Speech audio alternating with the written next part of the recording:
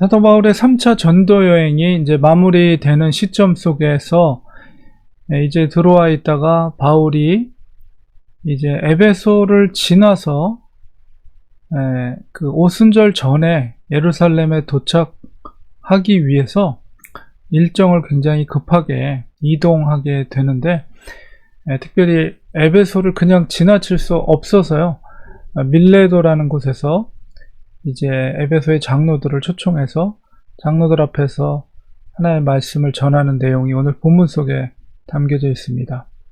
우리 그 지도를 보면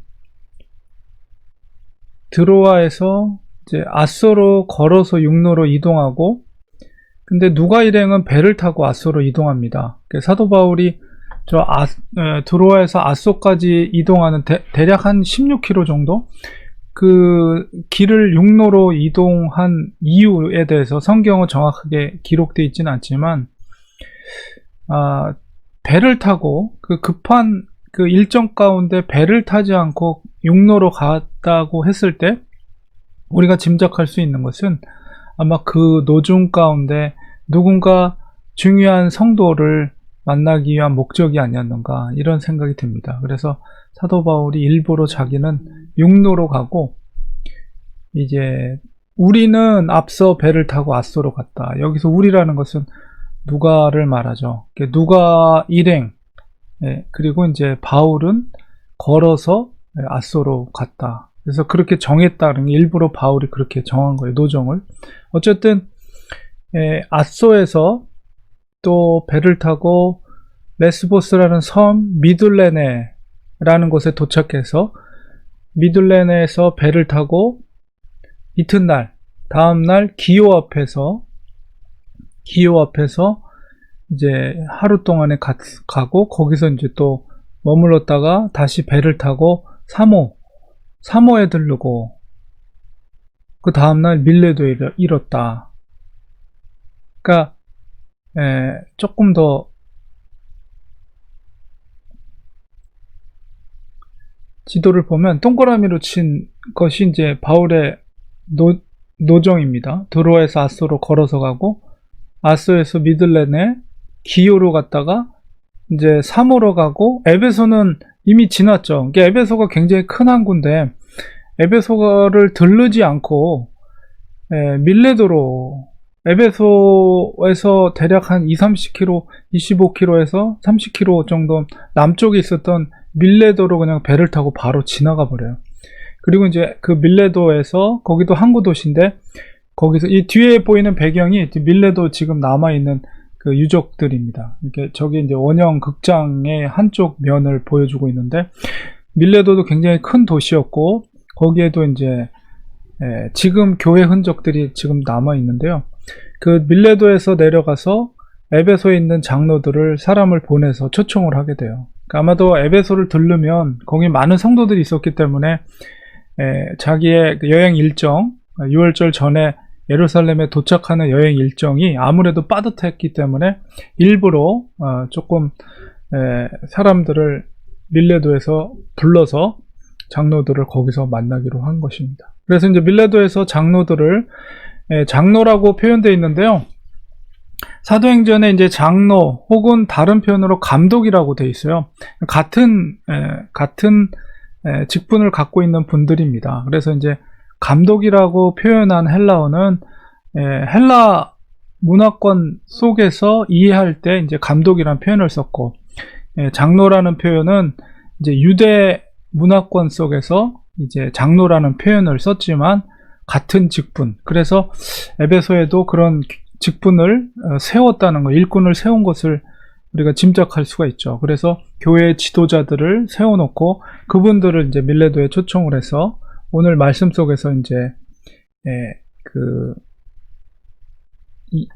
조금 긴 내용이 이어집니다. 사도 바울이 그들 앞에서 설교를, 일종의 이제 고별 설교라고 하는데, 그분들 앞에서 이제 말씀을 전합니다. 그 말씀 속에서 자기의 솔직한 심정, 그 에베소 성도들과 교회를 세울 때 어떻게 목회를 했는가에 대한 솔직한 심정을 그들에게 말합니다. 그래서 첫날부터 내가 어떻게 행했는지, 이 말씀 속에서도 참 저도 목회자지만 사도 바울의 어떤 바른 목회자로서의 태도와 자세를 알 수가 있는 것은 내가 어떻게 말했는지가 아니라 내가 어떻게 행했는지, 그러니까 삶과 말씀과 삶이 일치된, 행동이 일치된 그런 열정으로 사도 바울이 사역을 했고, 결국 목회자는 말이 아니라 그 행함을 통해서 나타내는 거다, 성도들한테. 이런 그 말씀 속에서 그런 것을 느낄 수가 있어요. 그래서 내가 어떻게 행했는지 그 밀레도에 온 그 장로들에게 얘기를 하는 거죠. 여러분이 아는 바입니다. 세 가지를 얘기하고 있어요. 첫 번째는 뭐냐면 모든 겸손으로 했다. 진정한 겸손이라는 것은 그냥 뭐 이렇게 아부하듯이 인사하고 뭐 저는 아닙니다 이런 식으로 뭔가 그런 태도를 갖는 게 아니라, 진정한 겸손이라는 것은 정말 하나님의 앞에서 부끄러움이 없이 하면서도 연약한 자들을 형제처럼 여기고 그분들과 친구가 되고, 마치 예수님의 모습처럼 죄인들의 친구가 되어 주셨죠. 진정한 겸손이라는 것은 단순하게 뭐 아부하듯이 뭐 인사하고 뭐 그렇게 하는 모습이 아니라 정말 하나님 앞에서 부끄러움이 없는, 그러면서도 진정한 사랑으로 형제들과 한 몸을 이루고 그분들을 섬기는 태도가 겸손이라고 말할 수 있습니다. 그래서 사도 바울이 에베소 성도들을 그런 겸손으로 대했고 그들을 섬겼다라는 말이고, 그 다음에 눈물이다. 그러니까 이 눈물이라는 표현 속에는 그들을 진심으로 사랑함으로, 간절함으로 눈물을 흘렸을 수도 있고, 또 반대로 이제 복음을 전하는 일로 인해서 그 대적들로부터 받는 그 공격과 그 아픔 속에서 흘린 눈물일 수도 있고, 그러니까 눈물로써 정말 에베소 성도들과 교회를 세우는 일에 헌신했다는 것. 그 다음에 세 번째는 시험을 참았다, 이렇게 말하고 있습니다. 그래서 특별히 이제 에베소에서도 사도 바울을 대적하는 유대인들이라든가 아니면 헬라인들, 그 아데미 신상에 대해서 사람들이 막 그 원형 극장으로 그 동역자들 끌고 가고 그런 일도 있었잖아요. 그래서 그런 시험을 참고 주를 섬겼다, 이렇게 말하고 있습니다. 그 사도 바울이 얼마나 그들을 사랑으로 섬겼는가를 고백하고 있는 것이죠. 그리고 유익한 것이든 무엇이든지 간에 공중 앞에서 나 각 집에서 꺼리낌 없이 여러분에게 전했다, 그리고 가르쳤다. 특별히 유대인과 헬라인들에게 하나님에 대한 회개를 먼저 말하고 있고요. 그 다음에 예수 그리스도께 대한 믿음을 증언한 것이다. 그러니까 예수님께서도 하셨던 말씀과 동일한 맥락이죠. 회개를 선포하고 그 다음에 복음을 선포했잖아요. 진정한 복음은 회개가 전제가 되어야 됩니다. 회개 없이 복음을 전한다는 것은 말도 안 되는 거예요. 동전의 양면과 같은 거예요. 반드시 회개가 선행이 돼야 되고, 진정한 회개가 이루어졌을 때 거기에 진정한 복음이 들어갈 수가 있는 거죠. 그러니까 오늘날은 이 부분이 너무 약한 것 같아요. 그 복음을 선포하는데 진정한 복음은 회개가 동시에 선포돼야 돼요. 숨겨진 죄악, 사람들은 죄악에 대해서 지적하고 그것을 깨닫게 하고, 물론 이제 지적한다는 것은 잘못을 막 찔른다는 게 아니라 진정 복음 앞에서, 하나님의 말씀 앞에서 그들의 숨겨진 죄악이 빛이 비춰졌을 때 어둠이 밝혀지는 것처럼 먼저 그 밝혀진다는 것은 어둠을 자복하고 회개하고 통회하는 일이 일어나야 되는 거죠.